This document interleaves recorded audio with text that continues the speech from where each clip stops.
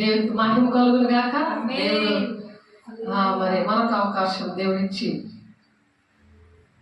దేవుని మాటలు చెప్పుకోవడానికి దేవుడు ఇచ్చిన కృపను బట్టి దేవునికి వందనాలు చెల్లిస్తూ ఈరోజు బుధవారము రోజు మరి దేవుడు ఏం మాట్లాడనే ఉన్నారు, మనం ఆరాధిద్దాము, దేవుని మాటలు విందాము, సరి చేసుకుందాం మన జీవితాల్లో. బుధవారం నాడు మరి ఉపవాసం ఉంటారు. ఆ ఉపవాసం ఎలా చేయాలో మరి కొన్ని విషయాలు దేవుడు మనతో మాట్లాడలాగిన దేవుని ఆరాధిద్దాము, అన్ని జీవితాలు నెరవేర్చడానికి దేవుని వేడుకుందాము, దేవుని రాజ్యాన్ని వెళ్ళడానికి, పెళ్లి కుమార్తె సంఘంగా సిద్ధపడడానికి దేవుని అడుగుదాము. ప్రతి ఒక్కరము కూడా నిర్లక్ష్యంగా ఉండకుండా ఆరాధిద్దాము, మహింపరుద్దాము.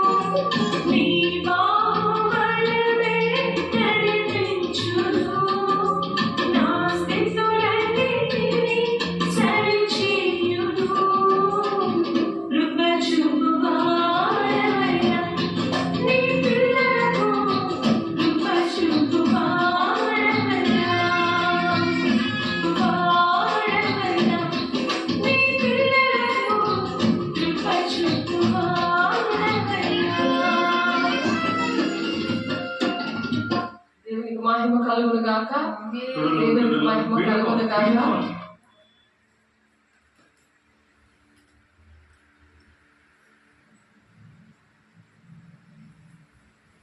దేవుడు బుధవారము అని దేవుడైతే బైబిల్లో చెప్పలేదు, కానీ మరి దేవుడును ఎంతగా దేవుని గాయపరిచిన ప్రజలు ఆ బుధవారం నాడు ఏంటంటే ఎంతో సంతోషపెట్టినట్టు వారు ప్రవర్తించారు. కానీ వారి అసలు రూపం ఏంటంటే సిలువేయండి అని అరిచారు. అక్కడ బరబ్బానే విడిచిపెట్టండి.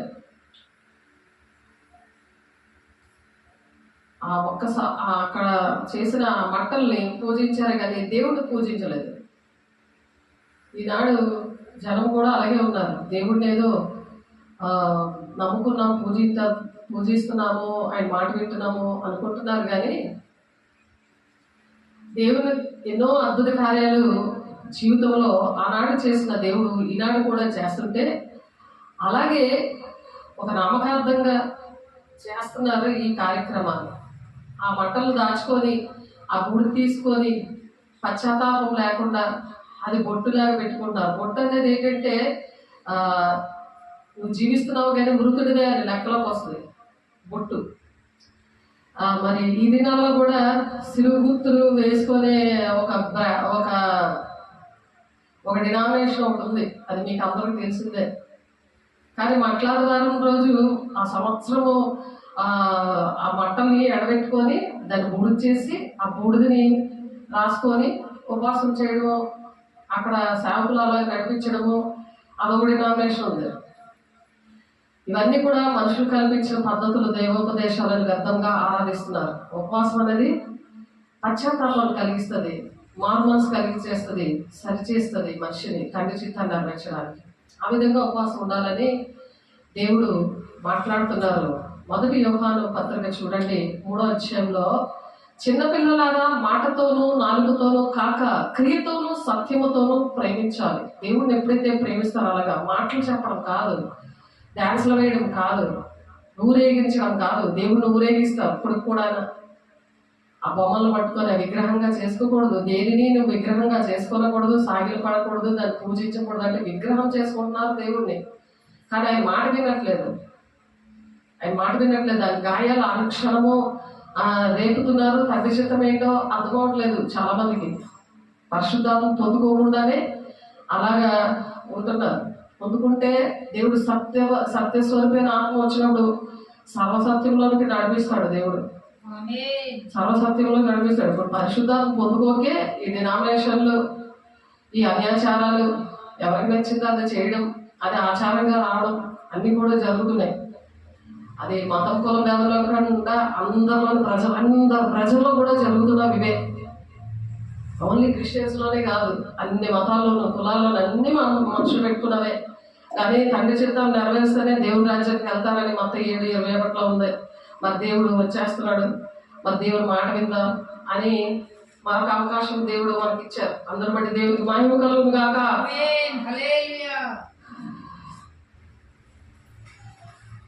ఎప్పుడైతే అలా ఉంటామో, మన కీర్తనాకారుడు 126వ కీర్తనలో, యెహోవా మన కొరకు గొప్ప కార్యము చేసి ఉన్నాడు, మనము సంతోషభరితులమైతిమి అని సాక్ష్యం చెప్తున్నాడు. సంతోషభరితులం అవ్వాలి అని అంటే ఈ ఉపవాస దినాలు పాటించాలి, మంచిదే. పశ్చాత్తాపం పడి మరి తండ్రి చిత్తం ఏంటో మరి ఫస్ట్ దేవా నాలోనికి రండి, నాతో మాట్లాడండి, నా పట్ల నీకు ఏ ప్రణాళిక ఉంది అని అడగాలి.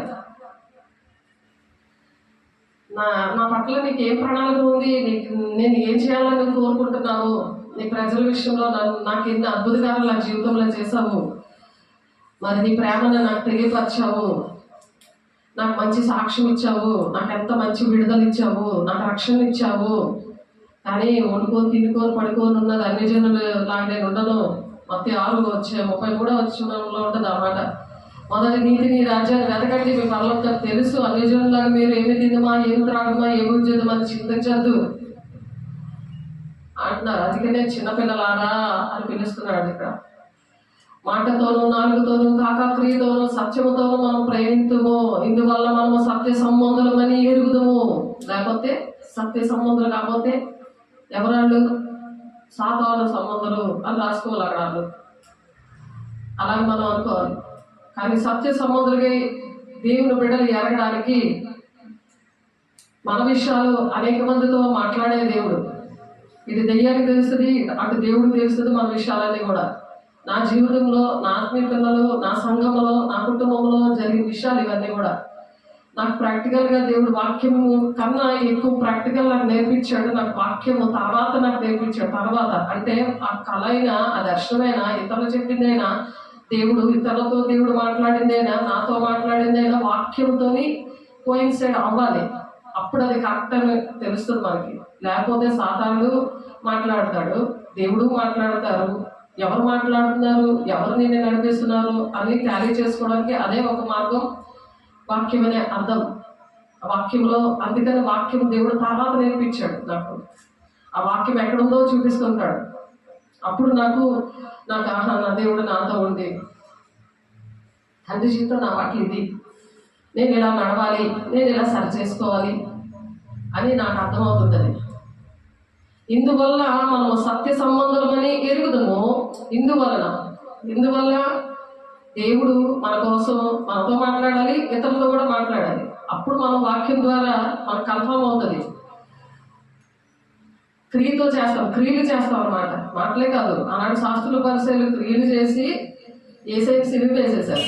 కానీ ఇప్పుడు సేవకులు సిలువ వేస్తున్నారు. సేవకుల్లో దేవుడిని, ఇదిగో దేవుడు నీ కోసం చెప్పాడు, ఇదిగో దేవుడి రాజ్యాన్ని ఇలా కట్టాలి అని ఒక సాక్ష్యము, వాక్యము అన్నీ కలిపి చక్కగా చెప్తుంటే, చక్కగా మేము వీటిని గురించి మేము బోధిస్తున్నాము అని ఉంటుంది. 1 కొరింథీ పత్రికలో ఉంటుంది చూడండి, 2వ అధ్యాయంలోని 13వ వచనంలో, మనుష్య జ్ఞానము నేర్పు మాటలతో గాక. మనుష్య జ్ఞానం కాదు ఇది, దేవుని జ్ఞానం మాట. నేర్పు మాటలు కాదు ఇవి, దేవుని మాటలు అన్నమాట. మనుష్య జ్ఞానం ఎలా ఉంటుంది? ఎవరైనా నేర్పిస్తే చెప్తుంటారు, కానీ దేవుడు నేర్పిస్తే చెప్పింది కాదు, నేర్పించింది చెప్పాలి. అది కాకుండా మనుష్య జ్ఞానము నేర్పు మాటలతో గాక ఆత్మ సంబంధమైన సంగతులతో సరిచూచు. మనం సరి చూసుకోవాలి. తూకంలో మనం ఏదైనా కొనుక్కుంటే ఎలా సరి చూసుకుంటాం కరెక్ట్గా మనకి ఎక్కువ వస్తుందా తక్కువ వస్తుందని. ఆ చిన్న విషయానికే మనం ఆలోచించినప్పుడు మన జీవితాల్లోని ఎవరు నడిపిస్తున్నారు, దేవుడు నా జీవితంలో ఉన్నాడా లేదా, నేను దేవునితో ఎంతసేపు మాట్లాడుతున్నాను, మనుషులతో ఎంతసేపు మాట్లాడుతున్నాను, అవి ఆ జ్ఞానం లేనప్పుడు, అటువంటి పరిస్థితులు మన జీవితంలో లేనప్పుడు, ఇది ఉపవాస దినం కాబట్టి ఉపవాస దినాన్ని ప్రకటించండి అని ఉంది వాక్యం. కాబట్టి ఉపవాస దినాన్ని ప్రతిష్ఠించండి అని చెప్తున్నారు దేవుని భక్తుల ద్వారా చెప్తున్నారు. కాబట్టి ధర్మశాస్త్రము తెలిసిన వారి దగ్గర తెలిసినట్టున్నాను, తెలియలేని వారి దగ్గర నేను తెలియనట్టున్నాను. ఎందుకంటే ఏదో ఒకరిని నేను రక్షించాలని, ఎలాగోలాగా వాళ్ళలో కలిసిపోయి నేను ఒక మనిషిని రక్షించాలని ప్రేమ కలిగి సత్యము చెప్పుచు క్రియలతో సత్యముతోనూ ప్రేమితము చిన్నపిల్లలని పౌలు గారు మరి అక్కడ ధర్మశాస్త్రము తెలిసిన దగ్గర తెలియలేని దగ్గర ఉండాలని పౌలు గారు చెప్తున్నారు. ఇక్కడ యోహాను పత్రికలో చిన్నపిల్లల మాటతోనూ నాలుగుతోనూ కాక క్రియతోనూ సత్యముతో మనం ప్రేమించాలి అంటున్నారు. ఆ సత్యం అనేది వాళ్ళని ప్రేమించి వాళ్ళతో మనం కలిసిపోయి మనం తగ్గించుకొని వాళ్ళతో కలిసిపోయి ఉన్నప్పుడు సత్య స్వరూపైన ఆత్మ వచ్చినప్పుడు సర్వసత్యంలో దేవుడు నడిపిస్తుంటాడు. ఆ మనిషిలో దేవుడు ఉండి నడిపిస్తూ ఉంటాడు. ఆత్మ సంబంధమైన సంగతులతో సరిచూచుచు ఆత్మ నేర్పు మాటలతో వీటిని గురించి మేము బోధిస్తున్నాము. సరి చేసుకుంటూ ఆత్మ నేర్పిస్తుంది అన్నమాట. మాటలు మనుషులు నేర్పిస్తే మాట్లాడేది కాదు. ఎన్నాళ్ళు మనుషులు నేర్పిస్తుంటే మనుషుల మాటలని వాళ్ళ ఫాలో అవడం కాదు, దేవుణ్ణి ఫాలో అవ్వాలి, దేవునితో సరి చేసుకోవాలి. అందుకే నీవు మాత్రమే చేయగలరు. ఎటువంటి పరిస్థితులున్నా ఆయన చేసేస్తాడు. ఎప్పుడైతే మనము సరి చేసుకుంటామో అసాధ్యం కానిది సాధ్యపరిచే దేవుడు ఒక్కడే యేసయ్య. ఆయన మన కోసం ప్రాణం పెట్టాడు. అందుకే ఎవరు పెట్టలేకపోయారు. భూలోకంలో ఎవ్వరు కూడా ఆయనలాగా ప్రాణం పెట్టలేదు, అలా ప్రేమించలేదు, అలాంటి కార్యాలు చేయలేదు.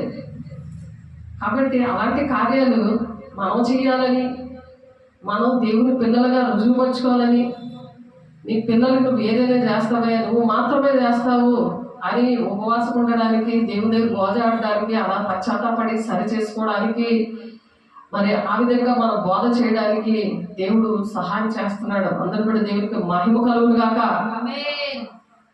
ప్రకృతి సంబంధమైన మనుషులు ఈ విషయాలు ఏమీ అంగీకరించాడు. ఏదో బుధవారం కదా, ఫాస్టింగ్ ఉండాలి కదా అని ఉంటారు.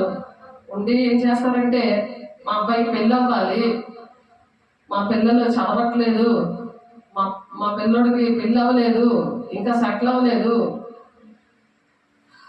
కాబట్టి ఆ సర్టిఫికెట్ కూడా కొనుక్కోవాలి, డబ్బులు ఇచ్చేసాడు దేవుడు. దేవుడు చేసిన కార్యాలకి ఒక సాక్షిగా నిలబడి అనేక మందికి ఆ సాక్ష్యం చెప్పి, నేను ఎంత ఘోరాతి ఘోరంగా నేను నా పరిస్థితులు ఉన్నా, నేను ఎంత పాపంలో శాపంలో దేవునికి సిలువేసే పరిస్థితుల్లో నేను ఉన్నా, నా సేవకులు ప్రార్థన చేసినప్పుడు నాకు దేవుడు ఇన్ని కార్యాలు చేశాడు, నా దేవుడు ఇలా నాకు కృప చొప్పున కృప చూపించి నాకు ఇవన్నీ చేశాడు, కాబట్టి నేను ధనాపేక్షతో ఉండకుండా,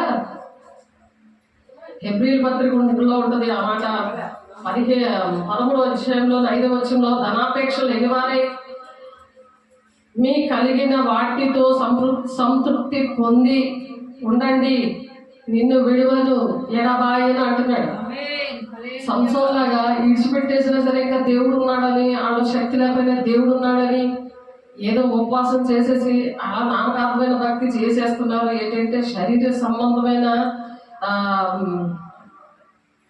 పాయింట్లు పెట్టుకొని ప్రార్థన ఆ ఉపవాసంలో ఏ పాయింట్లు పెడుతున్నారు? తండ్రి చిత్తాన్ని నెరవేర్చి, దేవా నా కుటుంబం, నేను, నా సంఘము, నా దేశము దేవుని రాజ్యానికి వెళ్ళాలని పాయింట్ పెట్టట్లేదు, ఆత్మ సంబంధానికి పాయింట్లు పెట్టట్లేదు, దేవుడికి ఇష్టమైన ఉపవాసం చేయట్లేదు, వాళ్ళకి ఇష్టమైన ఉపవాసం చేసుకుంటున్నారు.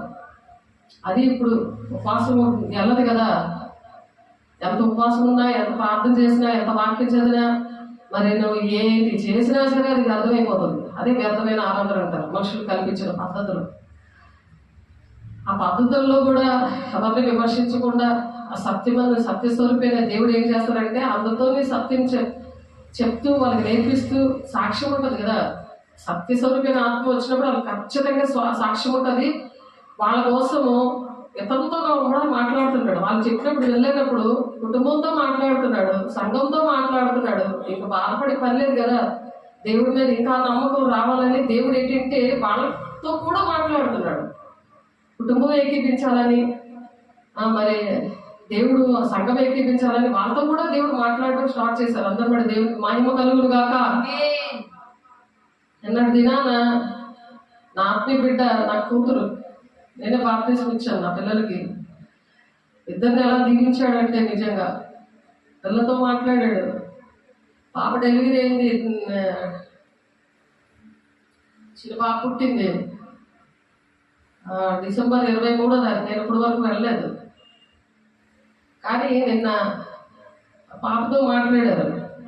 నాకు రావాలని ఉంది, కానీ నా పరిస్థితి మరి దేవుని రాజ్యం కట్టడానికి, తండ్రి చిత్తం నెరవేర్చడానికి ప్రభా నా పట్ల నీ ప్రణాళిక ఏంటుంది, ఎందుకు ఎవరికి అర్థం కావట్లేదు, కుటుంబానికి కానీ సంఘానికి కానీ దేవుని బిడ్డలు ఎందుకు డోర్ క్లోజ్ అవుతున్నాయి, దేవుని దీవెనలన్నీ కూడా క్లోజ్ చేస్తున్నాడు దుష్టాత్మ గడు. వాడు ఎందుకు అలా టెన్షన్ పెడుతున్నారు? నాకు శరీర సంబంధమైన నియమము ఉన్న వాళ్ళకి, ఆత్మ సంబంధమైన నియమం ఉన్న వాళ్ళకి మరి పొత్తు కుదరదని ఉంది. అవిశ్వాసకి విశ్వాసకి పొత్తు కుదరదని ఉంది వాక్యం. కాబట్టి నా కోసం 10 సంవత్సరాల క్రితం నా ఆత్మీయ బిడ్డలతో మాట్లాడారు. మరి నా కూతురు కూడా ఆత్మీయ బిడ్డే, తనకు కూడా అలాగే దేవుడు ఎన్నో అద్భుత కార్యాలు చేశారు. తన కుటుంబంలో ఎన్నో అద్భుత కార్యాలు చేశాడు. కాబట్టి అంతా మాట్లాడారు. దేవుడు 10 సంవత్సరాల క్రితం ఎస్తేరని ఆమెతో మాట్లాడారు. ఏంటంటే చనిపోయిన వాళ్ళని లేపుతున్నట్టు చూపించారు. ఆ ఎస్తేరికి ఇంకొక 10 సంవత్సరాల దాని తర్వాత కూడా పోస్ట్ మార్టం అయిన వాళ్ళు కూడా లేపుతున్నాను అని చూపించారు దేవుడు. కానీ ఏంటంటే మాట వినకపోతే కుటుంబం సపోర్ట్ చేయకపోయినా, సంఘం సపోర్ట్ చేయకపోయినా ఒక బాధతో నేను ఈ వారంలో ప్రార్థన చేసినప్పుడు, దేవుడు నీ బిడ్డలతో మాట్లాడు ప్రభా, వాళ్ళకి అర్థం అవ్వాలి, వాళ్ళకి అర్థమవుతుంది కదా, మనకి మన బాధ అర్థం చేసుకుంటారు, మనల్ని వేధించకుండా. నువ్వు రాలేదేంటని, నా పుట్టింటి వాళ్ళు, నా కూతురు బాధపడకపోయినా నా పుట్టింటి వాళ్ళు ఎక్కువ, వాళ్ళకి ఇప్పుడు బాధ ఎక్కువైపోయింది. వాళ్ళు వెళ్ళమంటే వెళ్ళరు, ఎవరి పిల్లలు అలాగే అంటుంది మా అమ్మ. ఎవరి పిల్లలకి అలాగే కదా వెళ్తారు అంటున్నారు.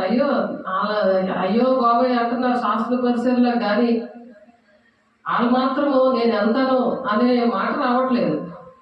సేవలో ఉన్నప్పుడు ఎన్ని బాధలు ఉంటాయో వాళ్ళకి తెలియదు, శరీర సంబంధాలు ఉన్న వాళ్ళకి తెలియదు. తండ్రి చిత్తాన్ని నెరవేర్చడమే ఆహారమైంది అంటాడు. అలాగే నా పరిస్థితి అలా ఉంది. రోజు 5 గంటలకి భోజనం చేయడం అవుతుంది.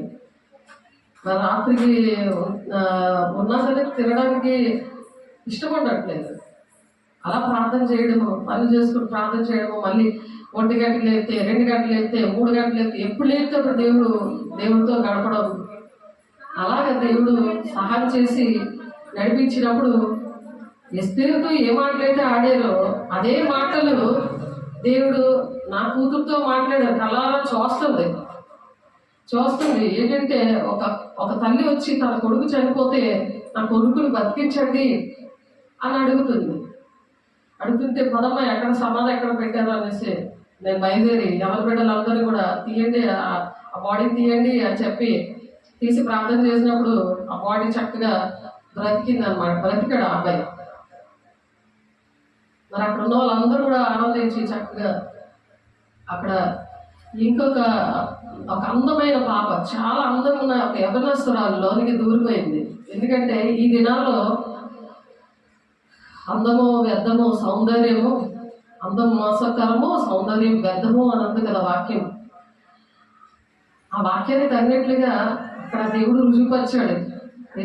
ఎందుకు అమ్మాయి అంత అందంగా ఉంది, దానికోసం దేవుడు సృష్టించాడు. కానీ అందమైన మనసు కూడా ఉండాలి కదా. ఆ దేవుడు ఉంటే దేవుడి వల్ల అందం వస్తుంది. నా జీవితంలో అయితే ఆ దేవుడి వల్లే నాకు నన్ను ఇలాగ నిలబెట్టుకున్నాడు. నేను దేనికి కూడా దేవుడిని ఏమో అడగను, కానీ దేవుడు ఆరోగ్యము, దేవుడు ఇచ్చిన ఆ అభిషేకము ద్వారానే నేను ఇలా ఉన్నాను. కాబట్టి ఆ అందంతో పాటు ఏముండాలంటే దేవుని అభిషేకం కూడా పిల్లలకు ఉండాలి. అది నా ఆశ. మా చెల్లి పాపలకి ఇద్దరికి కూడా నేను చాలా మా పాప బాబు ముగ్గురు వాళ్ళు అక్కడ ఉన్నారు వైజాగ్లో. వాళ్ళ దగ్గరికి వెళ్ళినప్పుడు, మా అమ్మ దగ్గరికి వెళ్ళినప్పుడు కూడా నేను అడిగేదాన్ని, వాళ్ళతో కలిసి నేను ప్రార్థన చేద్దాం. వాళ్ళ దేవునాత్మను పొందుకుంటే వాళ్ళ జీవితాలు మరి చూడక్కర్లేదు. అసలు పరిశుద్ధాత్మ పొందుకుంటే వాళ్ళ జీవితాలు చూడక్కర్లేదు. ఎక్కడ చదువుకున్న మంచి ఉద్యోగం చేస్తూ కూడా దేవుని పని చేయొచ్చు. దేవుని రాజ్యాన్ని కట్టడానికి ఒక సపోర్ట్గా నిలబడచ్చు. కుటుంబానికి అది ఎంతో దీవెన, 1000 తరాల వరకు దీవెన. కానీ తల్లిదండ్రులకి ఇష్టం లేనప్పుడు పిల్లలకి ఏమైనా చేయలేం కదా. నా పని నేను చేశాను. మొదట దేవుడు సొంత ఇంటి వారి దగ్గరికి వెళ్ళాడు. అలాగే నేను నాకు వీలున్నప్పుడల్లా కూడా వెళ్ళడానికి అయ్యేది, కానీ ఎప్పుడు కుదరట్లేదు. కానీ అలాంటి అందమైన పాపకి ఆ చీకటి వాళ్ళు దూరిపోతుంటుంటే, మళ్ళీ దూరిపోతే ఆ పిల్ల ఒక బంధకాలు సంఖ్యలతో బంధించేసినట్టు ఆమె అలాగా చాలా బాధపడిపోతుంది. అది చూసి మిగిలిన వాళ్ళందరూ కూడా అయ్యో పాస్టర్ గారు వెళ్ళిపోయారు, మళ్ళీ రావాలి పిల్లండి ఈ పాప కోసం అనేసి వాళ్ళు బాధపడుతున్నారు. అక్కడ ఈ చంటి పాప ఏ డ్రెస్ తోటి అయితే ఉందో నిన్న, అదే డ్రెస్లో కళ్ళని మరి మా పాపకి చూపించారు గ్లోరీకి. ఆ గ్లోరీ గాస్పెల్ చర్చ్ ఆర్గనైజేషన్ అంటే మహిమతో కూడిన సువార్త పరిచర్యది ఒక సంస్థగా దేవుడు నాకు ఇచ్చారు. అందుకే ఈ ఎస్తేరుకి ఈ గ్లోరీ గాస్పెల్ చర్చ్ ఆర్గనైజేషన్ అని చూపించారు పేరు. దాన్ని స్థిరపరిచాడు దేవుడు. దేవుడికి మహిమ కలుగును గాక. మహిమకరమైన పరిచర్య దేవుడు చేయడానికి ఈ భూలోకానికి వచ్చారు. నేను వెళ్ళకపోయినా నన్ను చూడడానికి నా మనవరాలు, నా కూతురు వచ్చారు. చూడండి, నేను ఏ బాధపడుతున్నానో దానికోసం వచ్చారు. మా అమ్మ ఏమి విషయంలో నువ్వు వెళ్ళలేదా అని నన్ను క్వశ్చన్ వేస్తుంది. అంతేగాని వారం రోజులు నాకు పోతుంది, జర్నీకే అయిపోతుంది. మధ్యప్రదేశ్ వెళ్ళాలి ఇక్కడ నుంచి. అది ఎడారి ప్రాంతం. అల్ట్రాసిమెంట్లో పని చేస్తున్నాడు మా అల్లుడు. తనన్నీ కూడా చూసుకుంటున్నాడు తల్లిగా. ఎవరిచ్చారు ఆ మనసు? తన్ను ప్రేమించే వారికి సమస్తము సమకూడి చేస్తాడన్న దేవుడు తండ్రి చిత్తాన్ని నెరవేరిస్తే 1000 తరాలకు దీవెనలకు వచ్చేస్తుంది. అలాగా నేను ఏ బాధపడుతున్నానో ఆ విషయాలు నన్ను చూడడానికి వాళ్ళు వచ్చారు కళ్ళలో. ఆలోచించండి, వాళ్ళకి అర్థమైంది కదా. అలాగే అర్థమయ్యేలాగా దేవుడు మాట్లాడతారు కుటుంబంతో, సంఘంతో. కానీ తండ్రి చిత్తం నెరవేర్చబడ్డానికి, సరి చేసుకోవడానికి, ఉపవాసం ఉండడానికి దేవుడు ఒక గొప్ప అవకాశం ఇచ్చారు. మా అమ్మ దగ్గర ఎంత డబ్బులు ఉన్నాయో నాకు తెలీదు, కానీ ఆ డబ్బులు ఎవరి దగ్గర ఉన్నాయో తెలియదు. కానీ దేవుడికి తెలుసు. దేవుని బిడ్డ 2 మెటాడోర్లు ఆవిడ దగ్గర ఉన్నట్టు చూపించారు. ఒక మెటాడోర్ రెడ్ కలర్లో ఉన్నది, అంబులెన్స్ లాగా. దాన్ని నాకు కావాలమ్మా, నాకు ఇవ్వు అనగానే ఆవిడ ఇచ్చేసింది. ఆవిడ ఇచ్చేసిందంట. నేను నిన్న అమ్మకి మాట చెప్పి, నువ్వు ప్రార్థన చేస్తావో ఏం చేస్తావో దేవుడికి ఈ మాటలు చెప్పమన్నారు. దేవుడు నీ పట్ల ఈ ప్రణాళిక ఉండమ్మా, నువ్వు నా కోసం ప్రార్థన చేయించుకున్నాను ఆవిడతోటి. ఆవిడ ముందు ఆత్మానుసారంగా ఉంది, శరీరానుసారంగా మిగిలిపోయింది ఆవిడ ఎప్పుడు. కానీ ఆవిడ బాధ్యత శరీరానుసారంగా ఎందుకు తయారైంది? మనుషులకు లోపడకుండా, దేవుడికి లోపడకుండా మనుషులు లోపడిపోతుంది. నన్ను ఎవరు చూస్తారు? అన్నీ ఇచ్చాడు దేవుడు, ఏది లోటు చేయలేదు. కానీ అబ్రహాం గారికి వెండి ఉన్నది, బంగారము, ఆస్తి అన్నీ ఉన్న గుడారంలో నివసించాడు ఆయన. తండ్రి చిత్తాన్ని నెరవేర్చాడు ఆయన. అబ్రహాము విశ్వాసులకు తండ్రిగా నిలబడ్డాడు ఆయన. ఆలోచించాడు. అలాగా మనం శరీర సంబంధంగా కాకుండా ఆత్మ సంబంధంగా మనం ఉన్నప్పుడు దేవుడు మాట్లాడేది. దేవుడు తెలుసు నీ అంతరంగాల్ని ఎరిగిన దేవుడు. దేవుడు బిడ్డ, నీ హృదయాలోచనలో తెలిసిన దేవుడు. 1 కొరింథీయులకు రాసిన పత్రిక 2వ అధ్యాయము 16వ వచనం చూద్దాం ఒకసారి. 1 కొరింథీయులకు రాసిన పత్రిక 2వ అధ్యాయము 16వ వచనం.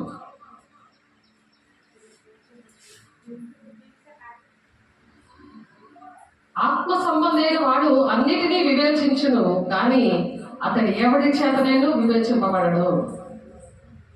అన్నీ తెలిస్తే వాళ్ళలో ఎవరు ఏది జరుగుతుంది, వాళ్ళ పరిస్థితి ఏంటి అని ఆత్మ సంబంధమైన మనిషికి అన్నీ తెలుస్తాయి. కానీ వాళ్ళకి అన్నీ తెలుస్తున్నాయని, ఆ మిగిలిన వాళ్ళకి యాక్టింగ్లు అన్నీ మాకు తెలుస్తున్నాయని దేవుని బిడ్డలకు తెలిసిపోతాయి. కానీ ఎవరికి లోబడాలి? దేవుడికి లోబడాలి. దేవుని బిడ్డ దేవుని రాజ్యానికి వెళ్ళాలనుకుంటే ప్రతి ఒక్కరూ మనం దేవుడికి లోబడాలి. అంతేగాని నాకు ఈ బాధ్యతలు ఉన్నాయి అని అంటే అది కుదరదు. దేవుని దగ్గర దేవుడు ఏం చెప్పాడో అది మనం చేసినప్పుడు దాన్ని మొదటి నీతిని, రాజ్యాన్ని వెతుకు, నీ పరలోకం తెలుసు, నీకేది కావాలో అన్నీ చక్కగా దేవుడు సమకూర్చాడు. మరి ఆ కుటుంబానికి ఆ విధంగా నేను దేవుడి రాజ్యం కడుతున్నప్పుడు ఎవరైతే నాకు సపోర్ట్ చేస్తారో వాళ్ళని దేవుడు సహకారుల పేర్లు జీవగ్రంథంలో పెడతాను అని చెప్పి చూపించారు. మరి సహకరించాలి. దేవుడు చెప్పారు, నేను చెప్పేశాను వాళ్ళకి. కాబట్టి వాళ్ళని సహకరిస్తే జీవగ్రంథంలో వాళ్ళ పేరు ఉంటుంది. కష్టపడే పని లేదు కదా. దేవుని వీళ్ళతో దెయ్యములు వెళ్ళగొట్టినా సరే దేవుని రాజ్యంలో నీ పేరున్నదని నువ్వు సంతోషించా అన్నాడు. మరి దెయ్యాలు వెళ్ళగొట్టిన పని నాకు అప్పచెప్పారు కదా. దేవుని రాజ్యంలో నా పేరు వెళ్ళగొట్టుందో ఆ పేర్లు కూడా వస్తాయి కదా. సహకరించినప్పుడు సహకరించాలి కదా అనే కదా అవన్నీ ఆయన చూపించారు కదా. ఎవరు సహకరించబడుతున్నాడో, ఎవరు హృదయాల్ని ఆయన ఎరుగుతున్నాడో వాళ్ళకి ఎవరు బోధించక్కర్లేదు. ప్రభు మనసుని ఎరిగి ఆయనకు బోధింపగలవాడు ఎవడు? మనమైతే క్రీస్తు మనసు కలిగిన వారము, మనకు ఎవరు బోధించక్కర్లేదు. దేవుడు మనసు ఉన్న వాళ్ళకి మనం పట్టించుకోకపోయినా మనం తండ్రి చిత్తాన్ని నెరవేరుస్తున్నప్పుడు ఎదుటి వారితో ఆ విధంగా మాట్లాడడానికి దేవుడు ఇష్టపడుతున్నాడు. దేవుని బిడ్డ ఒకసారి ఆలోచించు. అలాగా దేవుని ఆరాధించినప్పుడు దేవుడికి ఆ మాటలు మన బాధ దేవునితో చెప్పుకోవాలి, కానీ మనుషులు చెప్తే అర్థమవుతుంది. దేవుడే వాళ్ళతో మాట్లాడతారు. దేవా, నీ బిడ్డలతో నువ్వు మాట్లాడు అని నేను ప్రార్థన చేసినప్పుడు మా పాపతో మాట్లాడతాడని అయితే నేను అనుకోలేదు. ఆమె కూడా మా అమ్మ విషయం ఇలా ఉందని నాతో దేవుడు మాట్లాడతాడని ఆమె కూడా దేవుడిని అడగలేదు. తను చాలా గాబరా పడిపోయింది. అవంత పరిస్థితులు చూసి గాబరా ఎత్తిపోయింది. దేవా, నాకేంటి తెలియదయ్యా, నా పిల్లల్ని కాపాడి అనుకుంటూ వెళ్ళిపోయింది. అంత భయపడిపోయింది. నాకు నా పట్ల దేవుడికి ఏ ప్రణాళిక ఉందో ఆ కళ్ళలో చూసింది. మరి తరతరాల వరకు 1000 తరాల వరకు దీవిస్తాను అంటున్నాడు కదా. ఆ పిల్లల కృప చూపిస్తాడు అనమాట. నువ్వు మాత్రమే చేయగలవు, నిన్ను మాత్రమే నేను నమ్మేనయ్యా అని మనం ఎప్పుడైతే దేవుని దగ్గర ఏడుస్తామో, మనుషులు నమ్ముకొని ఉంటే మనుషులు ఎలా ఉంటారు? శాస్త్రంలో పరిశీలిలా ఉంటారు, నామకార్థంగా జీవిస్తూ. కానీ దేవుడి మాటల వల్ల భయమేస్తుంది.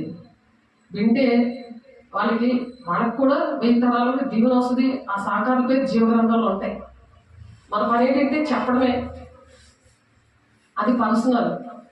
తండ్రి చిత్తము ఎవరి పట్ల ఏదుందో అది దేవుడిని అడిగినప్పుడు దేవుడు ఆ విధంగా బయలుపరిచారు. గొప్ప దేవుడు, పరిశుద్ధాత్మ దేవుడు నీ మీదకి వచ్చినప్పుడు శక్తిమంతులు అవుతారు. వారు యోదయ సమయ దేశంలో అంతా కూడా సాక్షులుగా విధంగా ఉంటారనమాట. యూట్యూబ్ ఛానల్ అందుకిచ్చారు దేవుని బిడ్డ. అది ఎందుకిచ్చారు అని ఎవరికి అర్థమవుతుంది.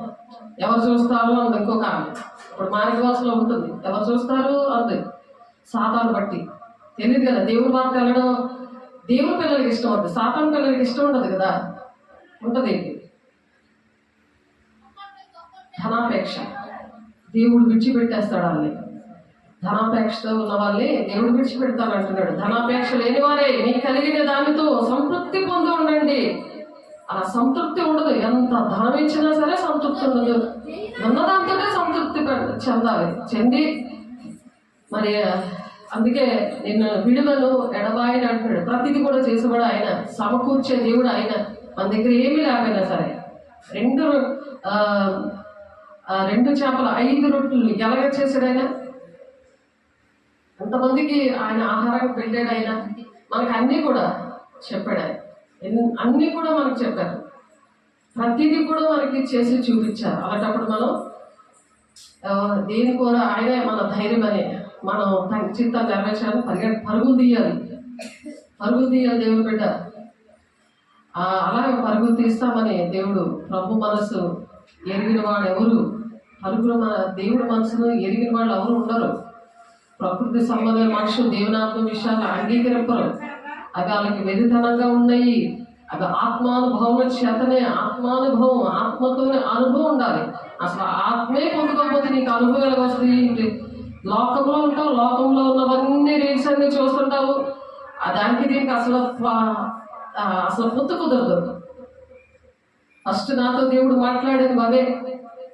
నేరాలు ఘోరాలు చూసేదాన్ని, చెక్కాలని మరి సీరియల్స్, ఈ 3 చూసినందుకు పోర్టబుల్ టీవీ దెయ్యం వెళ్ళిపోయింది. అవన్నీ ఒప్పుకున్నందుకు ఇప్పుడు పెద్ద చూస్తున్నారు, గంటల తరబడి చూస్తున్నారు. పెద్ద ఫోన్లో ఒక ఫోన్లో ఉండిపోతుంది, నెట్ ఉంటుంది కాదు. కానీ ఇప్పుడు ఎంత పెద్ద దెయ్యాలో అవి చూడండి, దేవునికి ఆ మనుషులకి అడ్డుగోడగా ఉంటాయి. అవి వెళ్ళిపోయాక నాకు ఇవన్నీ నేర్పించారు. లేకపోతే అంతవరకు నాకు కూడా వారికి లాగే నాకేమి తెలిసింది కదా నామకార్థమైన జీవితం.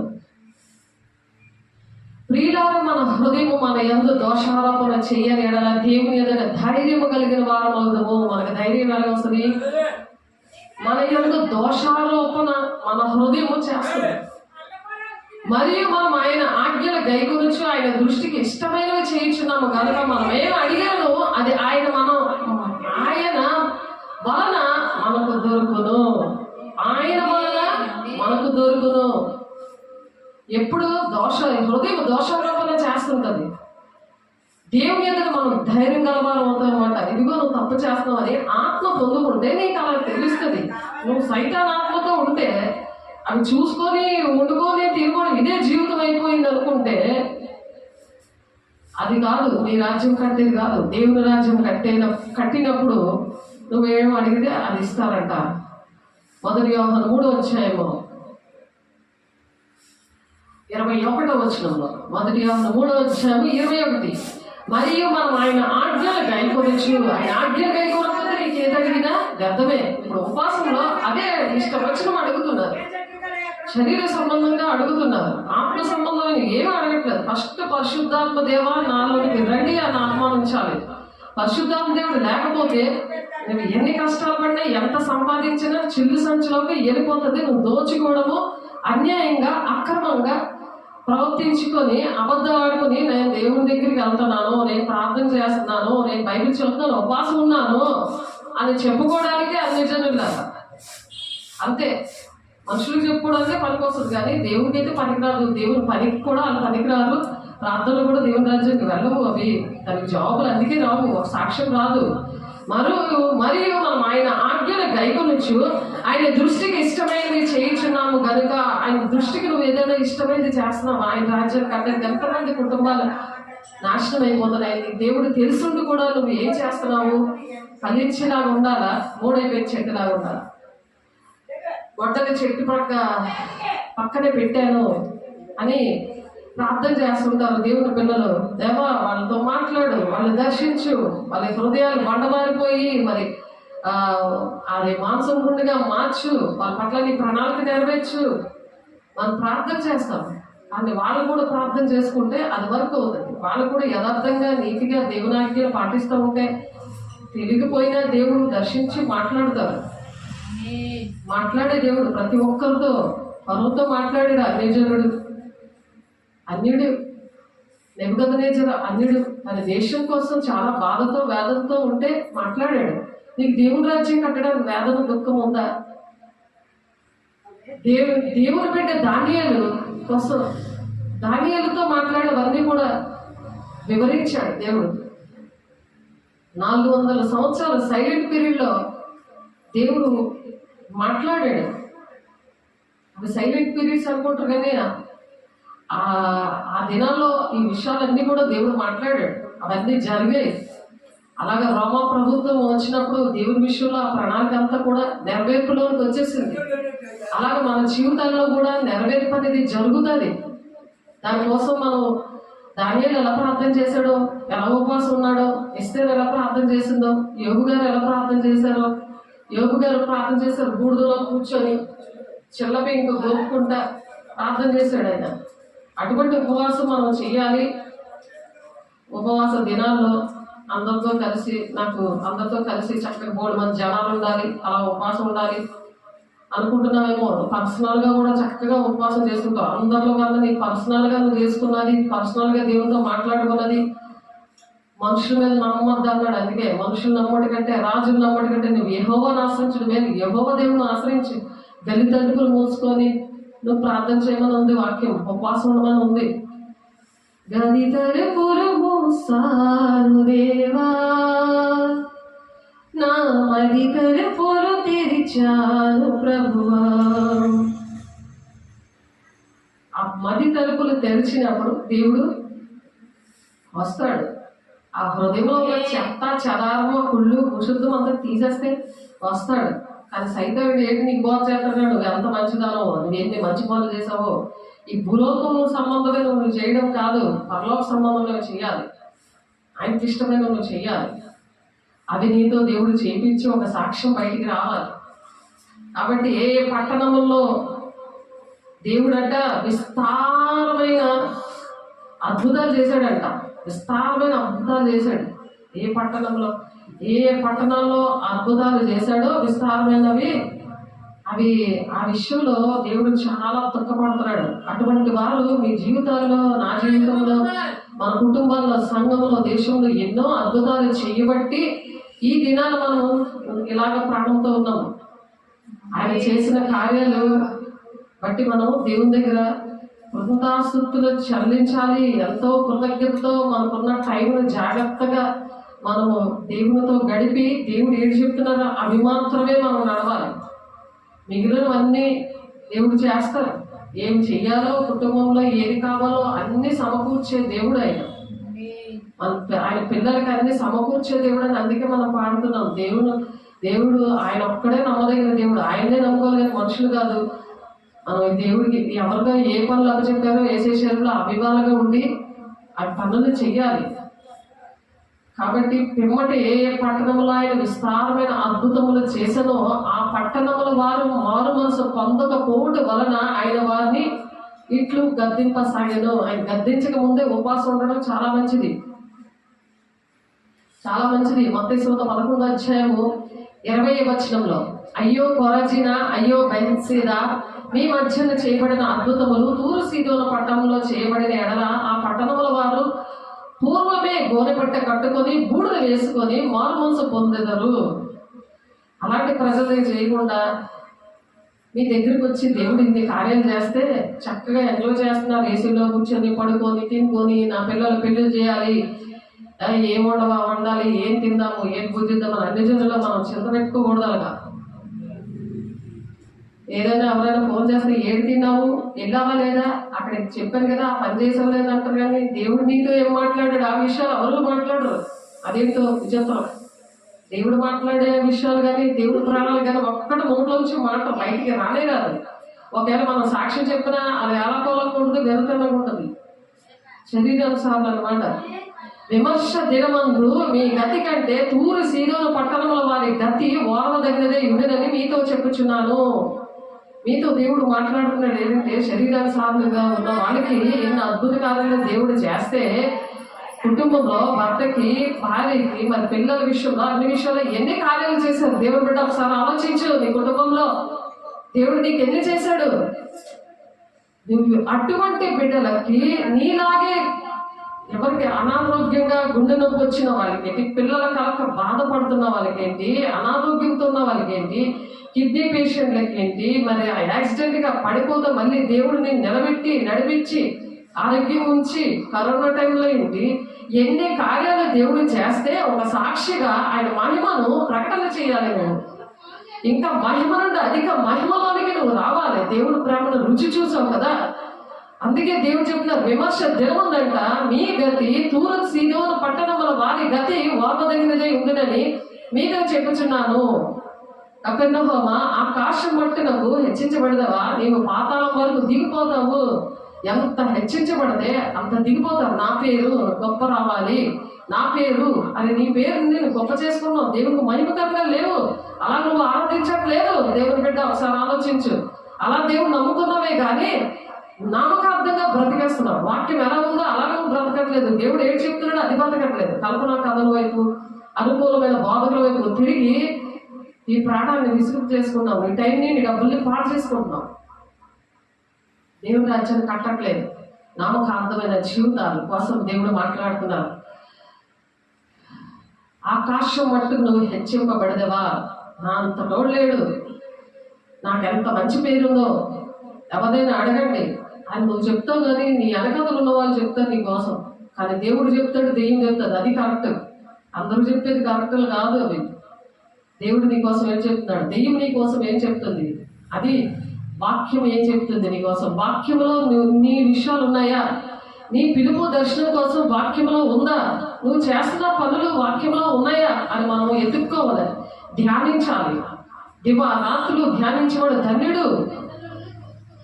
నీటి కాలంలో నాటబడిన ఆకువాడగా తన కాలం ఫలమించే చెట్టులా ఉంటాడంట. అంటే దేశానికి, కుటుంబానికి ఆశీర్వాదకరంగా ఉంటారు వాళ్ళు. నీవు పాతాళం వరకు దిగిపోతావు. లేకపోతే సర్చ్ చేసుకోకపోతే ఉపవాస దినాల్లో చెయ్యు, నువ్వు చర్చికెళ్ళు, నువ్వు చేసుకో. ఎక్కడో సరే వాక్యం ఏం చెప్తుంది, నువ్వు పర్సనల్గా ఉండు. నీ వెలుగును అందరికీ ప్రకాశింపచేయాలి, నీ సాక్ష్యం బయటికి రావాలి. నీకులా నువ్వు శ్వాసంలో ఉన్నప్పుడు, వేదంలో ఉన్నప్పుడు, నీకు ఎవరూ సహాయం చేయనప్పుడు దేవుడు వచ్చి నీ జీవితాన్ని ఎలా కట్టాడు అది మర్చిపోయావా, అది నువ్వు ప్రకటన చేయాలి. పరిశుద్ధాత్మను అందుకే పొందుకోవాలి. నిజంగా నువ్వు పరిశుద్ధాత్మ పొందుకుంటే ఆ విధంగా ఉంటావు. శరీర సంబంధింగా నువ్వు ఆలోచించవు. శరీరానుసారమైన నియమము మరణానికి దారి తీస్తుంది. అందుకే అనారోగ్యాలు, బీపీ రైజ్ అయ్యి కొత్త షుగర్లు వచ్చేస్తున్నాయి. ఎందుకు? గుండు పట్టుకొని ఆయాసంతో కొంగ చేస్తాను అంటున్నాడు. 138వ కీర్తనం, 139వ కీర్తన అనుకుంటా, 137వ కీర్తనలో చాలాసార్లు ఆ మాటలు చెప్పుకున్నాం. ఆయాసంతో దేవునికి మాట ఇచ్చి తృణీకరిస్తే దేవునికి మొక్కుబడులు చెల్లించేస్తారు. బాధ వచ్చినప్పుడు దేవా నీ కోసం ఇలా బతుకుతాను, ఇలా ఉంటాను అని పాటలు పాడతారు, వాక్యం చెప్తారు, సాక్ష్యం చెప్తారు. కానీ అలా ఉండరు. ఉండలేనందుకు ఆయాసంతో కృంగజేస్తాడట దేవుడు. ఆయాసం వచ్చేస్తుంది చాలా మందికి ఇనప కట్టల చేత బంధిస్తానని ఉంది వాక్యం. కాబట్టి అటువంటి వారు సొదొమలో చేయబడిన ఎడల అది నేటి వరకు నిలిచి ఉండును. నీలో చేయబడిన అద్భుతములు సొదొమలో చేసుంటే నీకు చేసిన అద్భుత కార్యాలు ఇంకో దగ్గర చేస్తే వాళ్ళని సాక్షిగా దేవుని సాక్షిగా ఉంటారు కదా. నీకు వేస్ట్ కదా.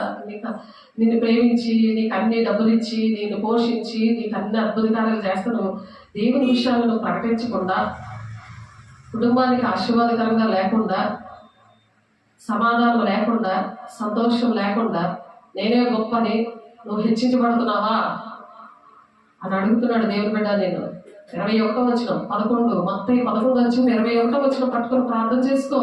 దేవుడు నీకు విడుదల ఇవ్వను గాక, దేవుడు నా నామంలో నీకు విడుదల ఇవ్వాలి గాక. దేవుడి బిడ్డ ఒకసారి ఆలోచించుకో. మనం దేని మనసు కలిగి ఉన్నప్పుడు దేవుడు మన హృదయాల్లో నివసిస్తాడు, దేవుడు నడిపిస్తాడు. దేవుడు అన్ని అద్భుత కార్యాలు మన జీవితాల్లో చేశాడు. ఆయన కోసం మనం బ్రతకాలి, ఆయన కోసం బ్రతకాలి. అప్పుడు నీకు ఏ సమస్యలు ఉన్నా సరే దేవుడు చేస్తాడు. దేవుడు చేసే దేవుడు మాట ఇచ్చి మాట తప్పని వాడు ఆయన.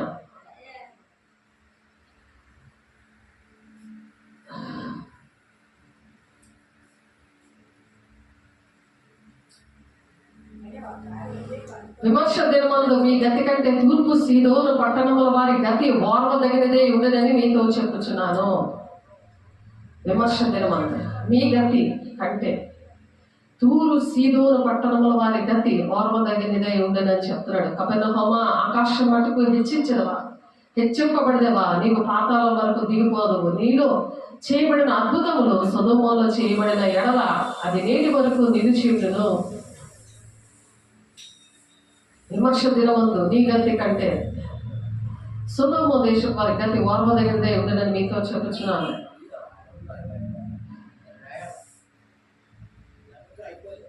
కాబట్టి తండ్రి యేసయ్య చెప్తున్నారు,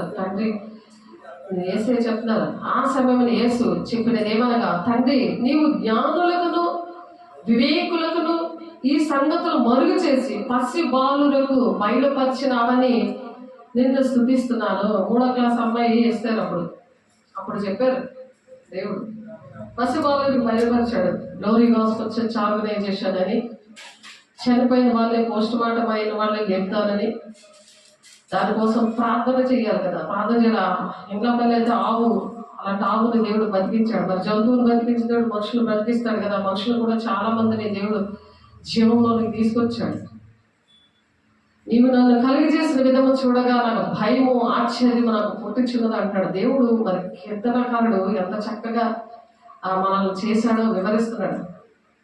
అందరూ బట్టి నేను నీ కృతజ్ఞతాస్తుతులు చెల్లించుతున్నాను, నీ కార్యాలు ఆశ్చర్యంలో ఆ సంగతి నాకు బాగుగా తెలుస్తుంది. మనల్ని అంత చక్కగా చేశాడు కదా. ఎంతమందికో కాళ్ళే వేయట్లేవు. అలాంటి దేవుడు మనకు అన్ని ఇచ్చాక కూడా దేవుని మహిమను ప్రకటించాలి కదా, కృతజ్ఞతతో ఉండాలి కదా. నేను రహస్యమందు పుట్టినాడు, భూమి యొక్క అగాధ స్థలములో విచిత్రంగా నిర్మింపబడినాడు. నాకు కలిగిన ఎముకలను నీకు మరిగై ఉండలేదు. నేను పిండమై ఉండగా నీ కన్నులు నన్ను చూచాను. నియమించబడిన దినముల్లో ఒకటైన కాకమునిపే నా దినములన్నీ నీ గ్రంథంలో లిఖించబడ్డాయి.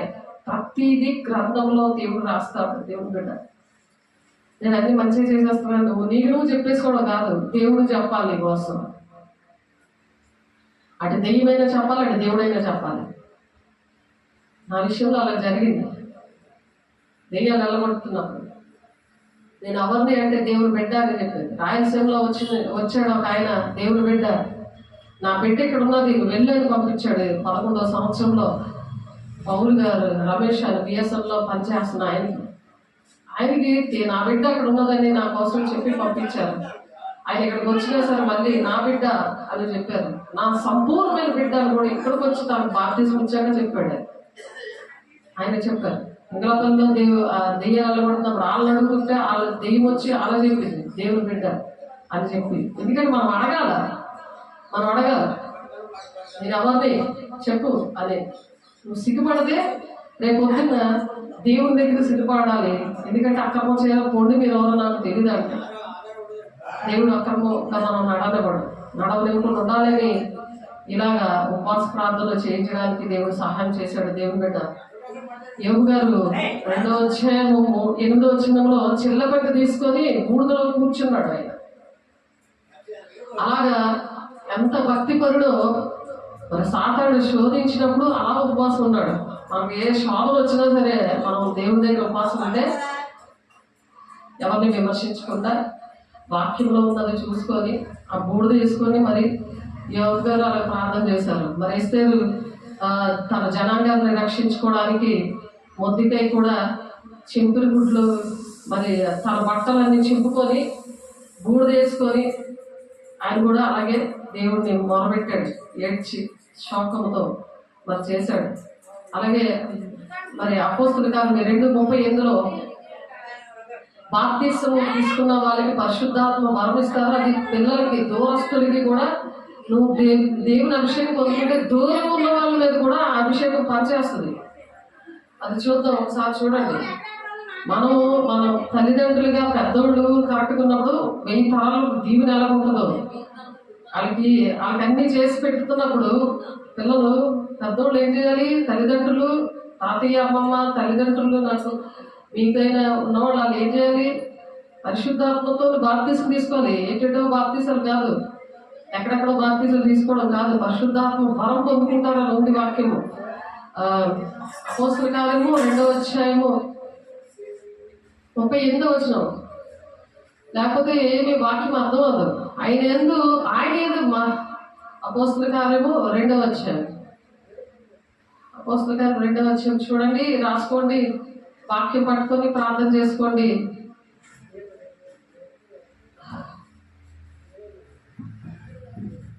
38వ అధ్యాయం చూడండి. అపోస్తల 2వ అధ్యాయం 38వ వచనం. పేతురు, మీరు మారుమనసు పొంది పాపక్షాప నిమిత్తము ప్రతివాడు యేసుక్రీస్తు నామమున బాప్తీసం పొందుకోండి. ఉపవాస చేసిన తర్వాత పిల్లలేంటి, పెద్దోళ్ళేంటి, ముసలోళ్ళేంటి, ఎవరైనా సరే మారు మనసు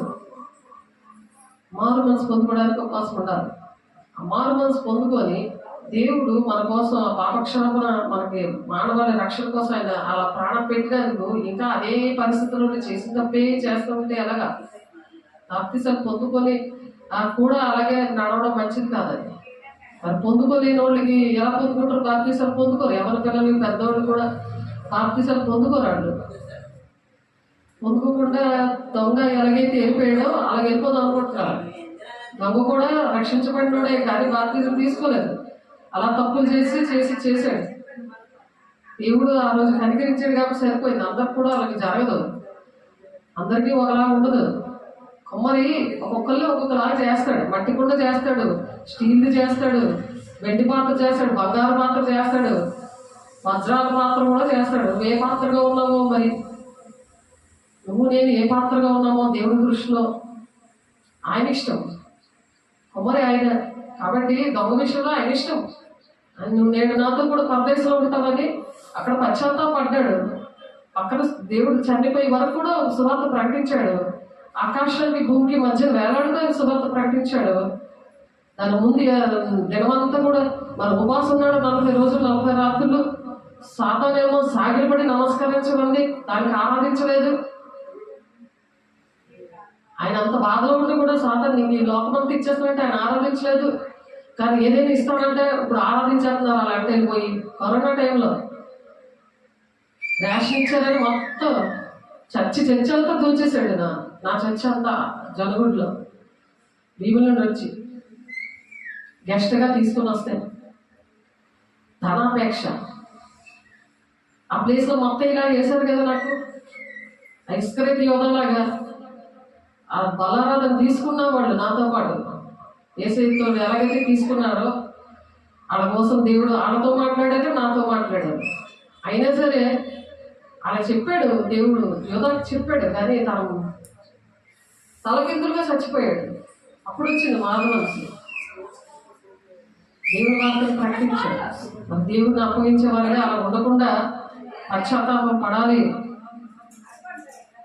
ఎప్పుడైతే ఆ పశ్చాత్తాపడి బాప్తిసం తీసుకుంటారో అప్పుడు మీరు పరిశుద్ధాత్మను వరం పొందుతారు.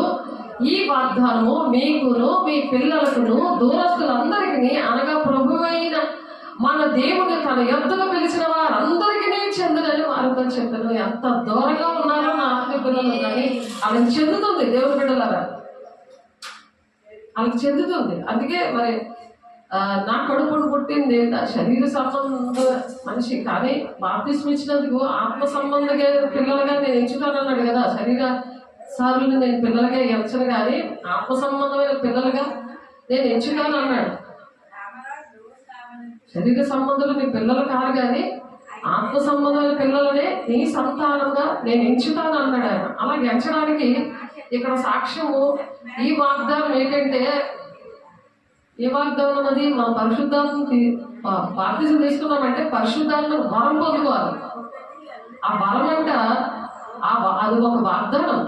ఆ వాగ్దానం ఏంటవుతుందంటే మీకును మీ పిల్లలకును దూరస్తులందరికీ అనగా ప్రభువైన మన దేవుడు తన యొద్దకు పిలిచిన వారందరికీ. నిన్ను పిలుస్తుంటే నువ్వు రావట్లేదు కదా, నీకు చెందదు. దేవుని మాటలు వింటున్నావు కానీ నాకు అవసరం లేదు అన్నట్టుగా నా పని కాదు మీరు అనుకుంటున్నావు. అని మరి పిల్లలు ఎందుకు అలాగా లోకానుసారంగా ఉన్నారు అని ఆలోచించి వాళ్ళకి బాగా చదివించి మంచి ఉద్యోగాలు రావాలని, మంచి భర్తలు రావాలి, భార్యలు రావాలని ఆలోచిస్తున్నారు. కానీ దేవుని బిడ్డలారా, తల్లిదండ్రులారా, మీ పిల్లలకు దూరస్తులందరికీ అనగా ప్రభువైన మన దేవుడు తన యొద్దకు పిలిచిన వారందరికీ కూడా ఇది చెందుతుందని చెప్తున్నాడు. దేవుడికి మహిమ కలుగుగాక. ఆమేన్. అది చెందాలి అంటే మారు మనసు పొందుకోవాలి, సరి చేసుకోవాలి. ఈ 40 దినాల్లో అలా చేయాలి. అందుకని శరీర సంబంధంగా ఉపవాసాలు ఉండడం, ఆ బూడిద తయారు చేసుకోవడము అది కాదు. మనుషులు కల్పించినది ఏదో చేసి ఏమీ రాదు, ఏమి కూడా ప్రయోజనం ఉండదు. అలాంటప్పుడు చేయడం మానేసి హాయిగా ఉంటే మంచిది. నీకు వాక్యం చదువుకో, దేవుని ఒకటే అడుగు, దేవా నాతో మాట్లాడు, నాకు కల్పించు, నాతో మాట్లాడు, నా పట్ల నీకు ఏ ప్రణాళిక ఉంది, నాతో మాట్లాడు, నాకు అర్థమవట్లేదు అని దేవుని అడుగు. దేవుడు నీతోటే డైరెక్ట్ గా మాట్లాడతారు. వాక్యం చూసి సర్చ్ చేసుకొని మాట్లాడు, దేవుడిని అడుగు, మాట్లాడే దేవుడు కృపదినాల్లో అందరినీ క్షమిస్తాడు. పశ్చాత్తాపం ఉంటే చాలు, దేవుని అడిగితే చాలు, ఆయన మాట్లాడతాడు. వేషధారికి క్షమిస్తాడు, వేషధారికి క్షమించడు. వేషధారిగా జీవితం అంతా పాడైపోతుంది, పిల్లల జీవితం. కాబట్టి దేవుడు మరి వినాలని చెప్తున్నాడు. కానీ ఇంకనూ అనేక విధములైన మాటలతో సాక్ష్యం ఇచ్చి మీరు మూర్ఖులకు ఈ తరము వారికి వేరే రక్షణ పొందుదని వారికి హెచ్చరిక చేశాడు. మూర్ఖులు ఉన్నారు, నీ బాప్తిసం ఇవ్వరాళ్ళు, ఇవ్వరు. ఎందుకంటే కొంతకాలం చక్కగా ఎంజాయ్ చేయాలి అనేది. అది ఆ ఎంజాయ్. ఈ లోపల దేవుడు వస్తే ఆత్మ లేనివాడు నావాడు కాదంటున్నాడు. నువ్వు ధనం పట్టుకొని పిల్లలు పట్టుకున్నావు అనుకో, వాళ్ళతోటే ఉండిపోతావు. కనురెప్ప పాటలో దేవుడు తీసుకెళ్దామని ఆ మహిమతో ఆయన వస్తాడు. పెళ్లి కుమారుడిగా పెళ్లి కుమార్తెను తీసుకెళ్దామని. నువ్వు అలాగే ఎవరినైతే నువ్వు విగ్రహంగా చేసుకున్నావా, ధనం చేసుకున్నావా, పిల్లలు చేసుకున్నావా, లేకపోతే నువ్వు కూతురుని చేసుకున్నావా, కూతురు ఏమంటదని నువ్వు మాట్లాడకుండా మౌనంగా ఉంటున్నావా, నీ ఇష్టం వచ్చినట్టు నువ్వు హృదయం వైపు మాట్లాడలేకపోతున్నావా, నువ్వు మనుషులకు జడుస్తున్నావా, సాతానికి జడుస్తున్నావా, దేని విగ్రహంగా చేసుకున్నావు, ఉద్యోగానికన్నీ జడుస్తున్నావా, 3 సెలవులు ఉన్నా సరే నువ్వు సన్నిధికి రావడానికి నీకు ఒకరోజు కూడా టైం లేదు, దేవుడి సేవకులతో మాట్లాడడానికి టైం లేదు, దేవుడిని అంతా దీవించినా సరే దేవుడి రాజ్యాన్ని కట్టడానికి నీ దగ్గర డబ్బులు లేవు, అన్ని నీ రాజ్యాన్ని కట్టుకోవడానికి వాడుకుంటున్నావు. అలాంటి విగ్రహంగా చేసుకున్న ప్రజల విషయంలో దేవుడు వచ్చినప్పుడు అవి పట్టుకొని వాళ్ళు ఉండిపోతారు. ఇక్కడ విడవబడిన సంఘంలో ఉండిపోతారు. ఉండిపోతున్నప్పుడు వాళ్ళ పరిస్థితి ఏంటి ఆలోచించండి.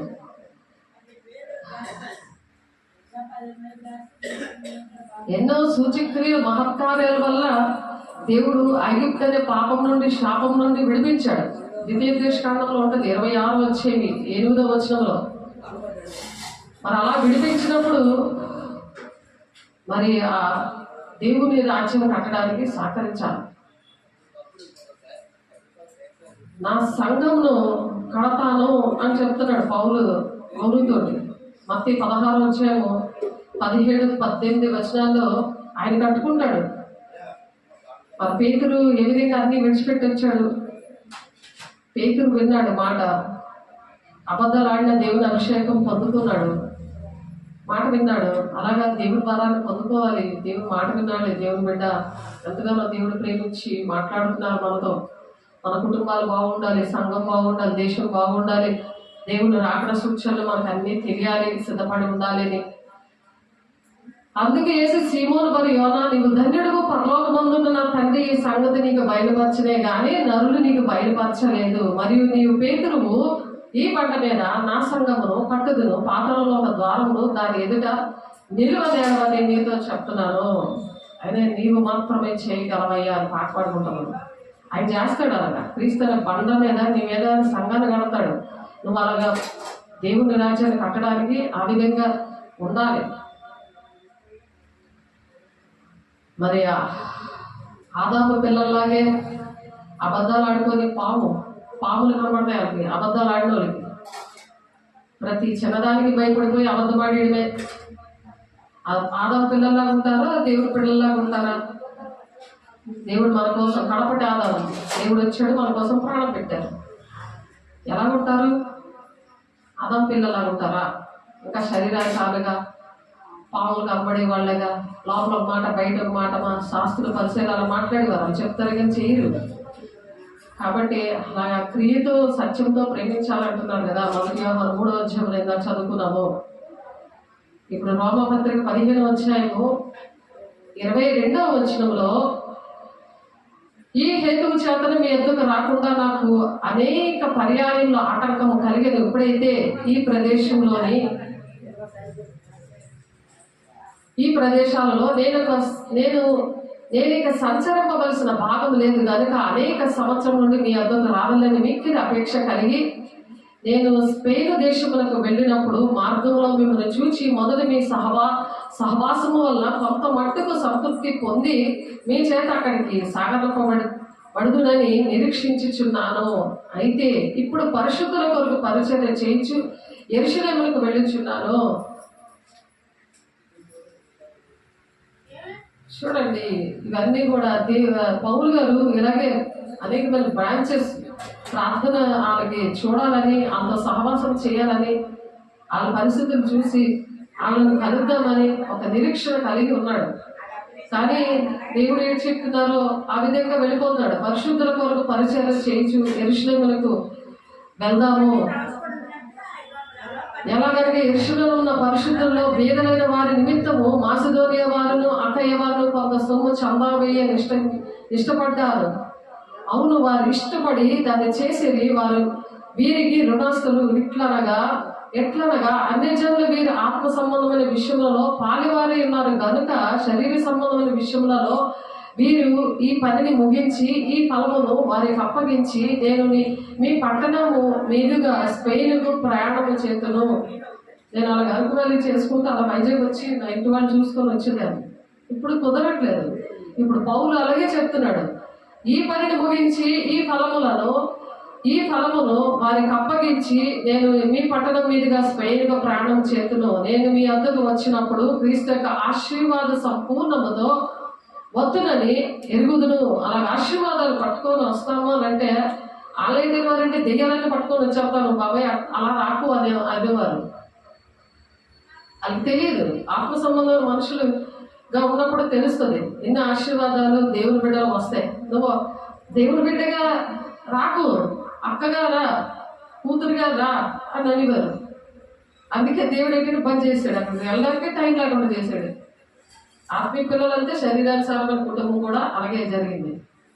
దేవుడు తెలుసు మనం ఎక్కడికి వెళ్ళాలి, వెళ్ళకూడదు. దేవుడు నడిపిస్తాడు ఆయన రాజ్యాన్ని కట్టుకోవడానికి ఇష్టపడే బిడ్డలు. సహోదరులారా, నేను యోధలో ఉన్న అవిధేయుల చేతులలో నుండి తప్పింపబడి యెరూషలేములో చేయవలసి ఉన్న ఈ పరిచర్య పరిశుద్ధులకు ప్రీతికరమగునట్లును నేను దేవుని చిత్తం వల్ల సంతోషంతో మీ వద్దకు వచ్చి మీతో కలిసి విశ్రాంతి పొందినట్లును మీరు నా కొరకు దేవునికి చేయి ప్రార్థన యందు నాతో కలిసి పోరాడవల్లని మన ప్రభు యేసుక్రీస్తును బట్టి ఆత్మ వల్ల ప్రేమను బట్టి మిమ్మల్ని బతమాలు కొనుచున్నాను. నాతో పోరాడాలి మీరు అని నేను నాకు ఆత్మీయ బిడ్డలకైతే నా కుటుంబం పెట్టి నాకు ఇదే పోరాటం.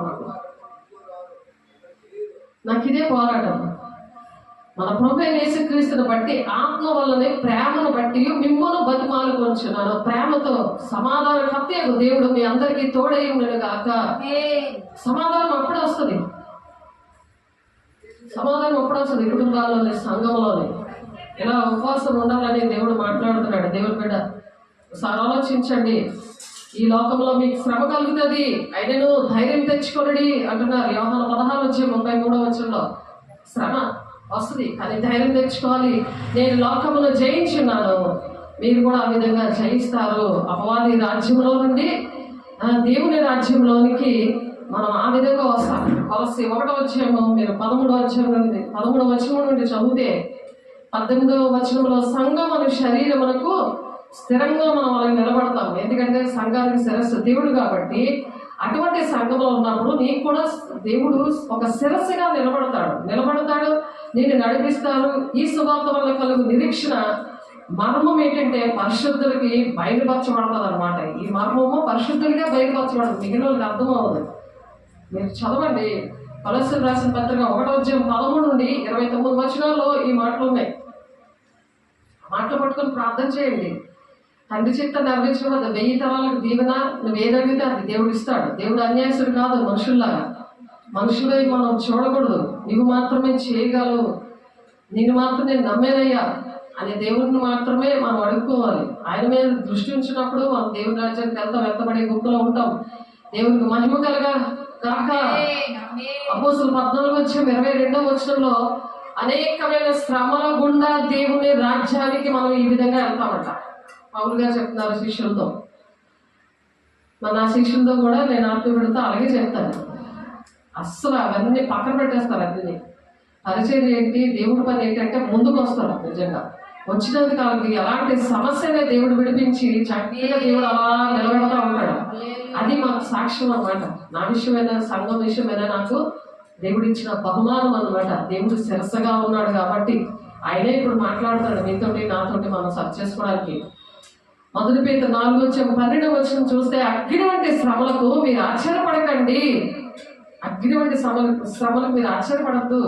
అరుణరాజు గారు విజయనగరంలో ఉన్నప్పుడు నా కోసం ఆయన ప్రవచించారు. ఇక్కడ విజయనగరము వచ్చినప్పుడు ఇంకొక ప్రవక్త వచ్చాడు. ఆయన చెన్నై నుండి వచ్చారు, గరాకా చర్చ్ నుండి, వరప్రసాద్ అని. ఆయన నోట్లోంచి కూడా సేమ్ అదే మాటలు వచ్చాయి. అంటే దేవుడు నాకు అగ్ని వంటి శ్రమల ద్వారా నన్ను సువర్ణగిలా మార్చాడు. దేవుడు మహిమ కలుగుగాక. శ్రమలకు భయపడిపోతారు, శ్రమలు వద్దయ్యాని ప్రార్థన చేస్తారు. దేవుడు ఏది కూడా అనుమతించడు, మనం పట్టుకునేదే అనుభవిస్తాడు. ఎందుకంటే మనం సువర్ణంగా మారాలని, తండ్రి చిత్తాన్ని నెరవేర్చాలని, ఏంటంటే వాటి కోసం ప్రార్థన చేసుకోవడానికి.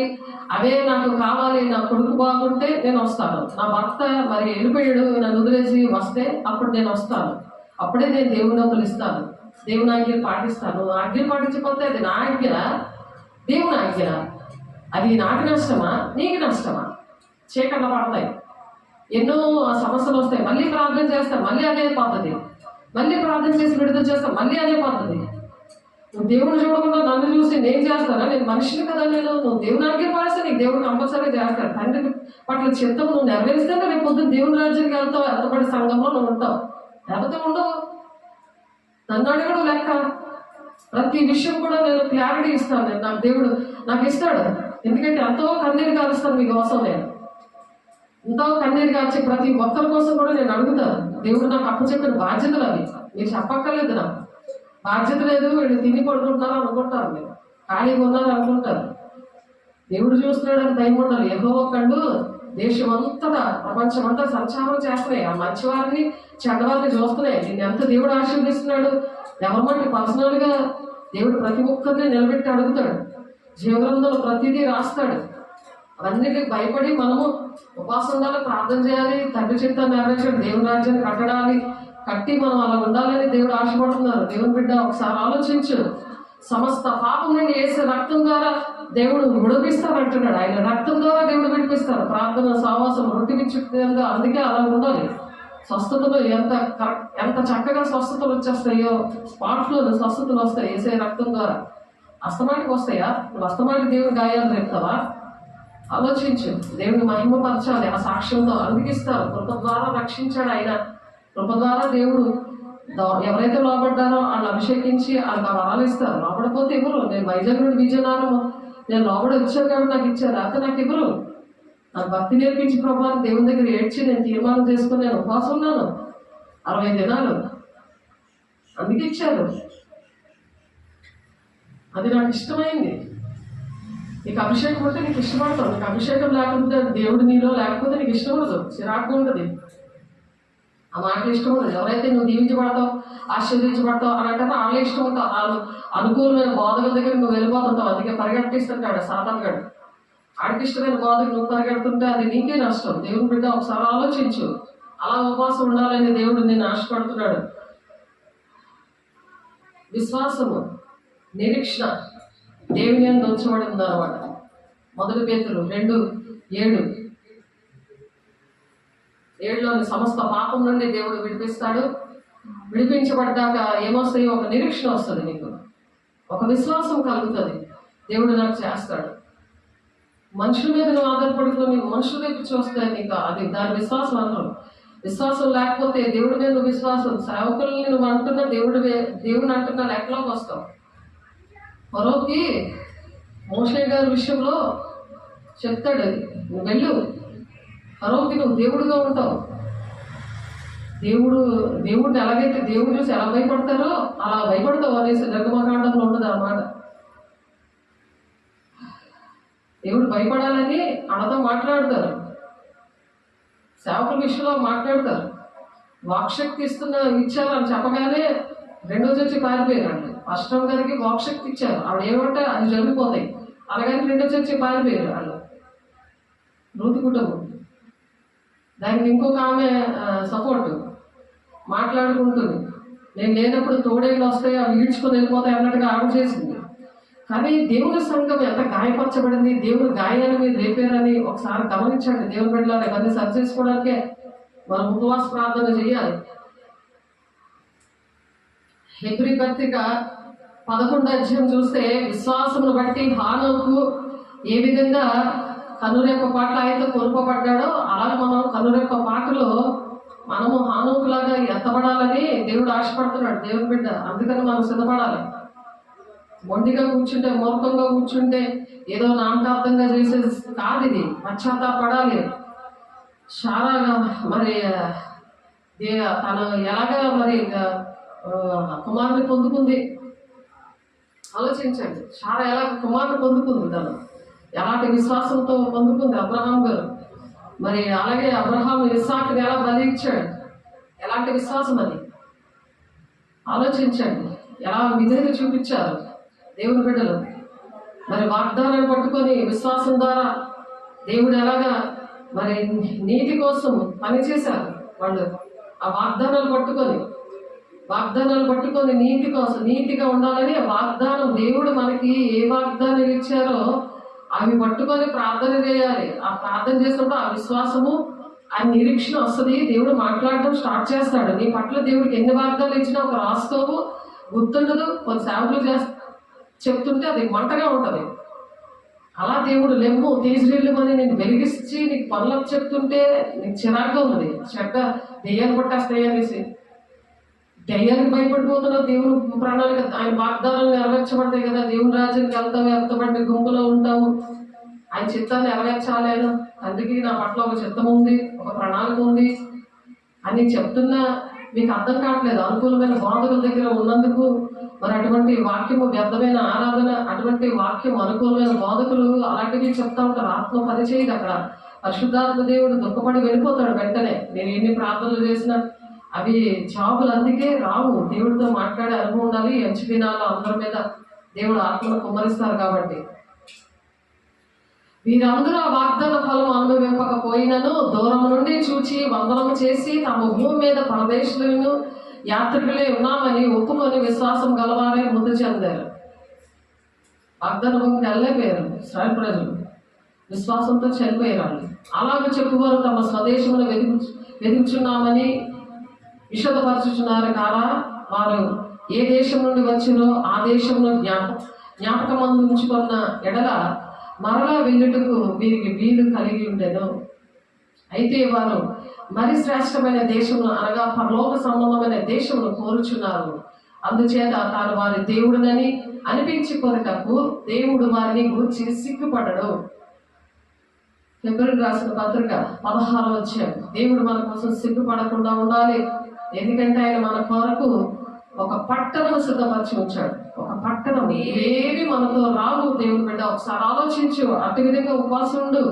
అబ్రహాం శోధించబడి విశ్వాసమును బట్టి ఇస్సాకును బలిగా అర్పించాడు. ఆ శోధనలు వచ్చినప్పుడు సువర్ణంగా మార్చబడతావు. నాకెందుకు ఈ శోధనలు వచ్చాయి, నాకెందుకు ఈ వేదన వచ్చింది, నేను సేవకులు ఇచ్చిపెట్టి తిరిగితే కాదు. సంఘాన్ని సేవకులు ఇచ్చిపెట్టి నువ్వు తిరక్కు. వాళ్ళతో కనెక్షన్లో ఉంటే నీకు మంచిది. ఎవడు ఆ వాగ్దానం సంతోషంతో అంగీకరించను, ఇస్సాకు వలనైనది నీ సంతానం అనబడును అని ఎవరితో చెప్పబడును. అబ్రహాం మృతులను సహితము లేపుటకు దేవుడు శక్తిమంతుడని ఎంచిన వాడే. మృతులతో సహితము కూడా లేపుతాడని ఎంచబడ్డాడు అన్నమాట. ఎవరితో చెప్పబడినో ఆ అబ్రహాము మృతులను సహితము. అబ్రహాము ఎవరు లేపుతాడు? మృతులను సహితము లేపుటకు దేవుడు శక్తిమంతుడు అని నమ్మాడు, ఎంచబడ్డాడు. నాకు అబ్రహాము పిలుపు హెబ్రీ 6:14 ఆ పిలుపు మీద నేను వచ్చాను. పేదలకు సువార్త మనం ప్రకటించడానికి నన్ను ఆ విధంగా అభిషేకించాడు. కాబట్టి నా తోడు నేను నిత్యంగా వర్ధలింప చేస్తాను, నిత్యంగా ఆశీర్వదిస్తాను. అంటే ఇప్పుడు ఇస్సాకు వల్లైనా నీ సంతానం అనబడును, ఇస్సాకు వల్లైనా నీ సంతానం అనబడును. ఆ సంతానం హాగరికి పుడతాడు. తన సంతానం కాదు. అలాగ అబ్రహాం అనుకున్నాడు, సరి చేసుకున్నాడు. అలాగా అబ్రహాము మృతులను సహితము లేఖకు దేవుడు శక్తివంతుడని ఎంచబడ్డాడు. అలాగా దేవుడు నన్ను కూడా అలాగే ఎంచుకున్నాడు. దేవుడు అందరు బట్టి దేవుడికి కోట్లాది వందనాలు చెల్లిస్తున్నాను. ఆ సహకార అలాగా దేశంలో అభిమములుగా మీరు కూడా సహకరించినప్పుడు ఆ సహకారాలు మీరు జీవగ్రంథంలోకి వెళ్తాయి. వాక్యానుసారంగా మీరు సహకరించాలి దేవుని రాజ్యాన్ని కట్టడానికి ఆత్మీయబడలారా అని ఏక కుమారుని అర్పించి కుమార రూపముగా అతన్ని మృతుల్లో నుండి మరలా పొందండి. మృతుల లోకంలోకి వెళ్ళిపోవలసి ఉంది. కానీ ఎప్పుడైతే లోబడ్డాడో దేవుడు ఆ శోధన పెట్టి ఆయనకి ఒక పరీక్ష అనమాట, అగ్ని పరీక్ష లాంటిది. అలాగే ఇస్సాకు విషయంలో మృతుల్లో నుండి మరలా పొందాడు అనమాట. విశ్వాసం బట్టి ఇస్సాకు జరగబో సంగతుల విషయమే యాకోబును ఏశావును ఆశీర్వదించాడు. అనగా విశ్వాసం బట్టి ఇస్సాకు జరగబోయే సంగతుల విషయమే ఎవరెవరిని ఆశీర్వదించాడు? యాకోబు ఏశావును ఆశీర్వదించాడు. అలా మన బిడ్డలు ఆశీర్వదించాలని విశ్వాసం బట్టి యాకోబు అవసాన కాలమందు యోసేపు కుమారులో ఒక్కొక్కరిని ఆశీర్వదించి తన చేతి కర్ర మొదలుకొని ఆనుకొని దేవునికి నమస్కారం చేస్తాడు. అలాగే దేవుడు మనల్ని దీవిస్తానని చెప్తున్నాడు. యోసేపు తనకు అవసాన కాలం సమీపించినప్పుడు విశ్వాసం బట్టి ఇశ్రాయేలు కుమారుల నిర్గమనమును గూర్చి ప్రశంసించి తన శల్యములను గూర్చి వారికి ఆజ్ఞాపించాను. మోషే పుట్టినప్పుడు అతని తల్లిదండ్రులు ఆ శిశువు సుందరుడై ఉండేది చూచి విశ్వాసం బట్టి రాజ్యాజ్ఞకు భయపడక 3 మాసములు అతను దాచిపెట్టారు. మోషే గారిని కూడా ఆ విధంగా పెంచారు తల్లి మరి అలా పెంచింది. రాజకుమార్తె దగ్గర ఉండి అలా దాచబడి అలాగా శోధన వచ్చినప్పుడు జయించినప్పుడు దేవుడు గొప్ప కార్యాలు చేస్తాడు. నేను నిత్యంగా వర్ధిల్లింప చేస్తాను, ఆశీర్వదించబడతాను అని చెప్పి ధనము కంటే క్రీస్తు విషయమైన నింద చాలా గొప్ప భాగ్యమే ఎంచుకున్నాడు. ఎవరైనా నిందిస్తారు, నా పనులు అవ్వలేదండి, మాకు జరగలేదండి, నువ్వు మాట వినలేదు కాబట్టి నీకు జరగలేదు. తండ్రి చిత్తాన్ని నువ్వు నెరవేర్చాడు. దేవుడి వైపు చూడాలి. ఒక శోధన, ఎన్ని శోధనలు వచ్చినాయి. అలాగే దేవుడు మరి విశ్వాసం బట్టి నిరీక్షణ బట్టి దేవుడు ఎంత గొప్ప కార్యాలు చేశారు. ఇక్కడ అల్పకాలం పాపభోగం అనుభవించడం కంటే దేవుని ప్రజలతో శ్రమ అనుభవించడం మేలుని ఎంచుకున్నారు.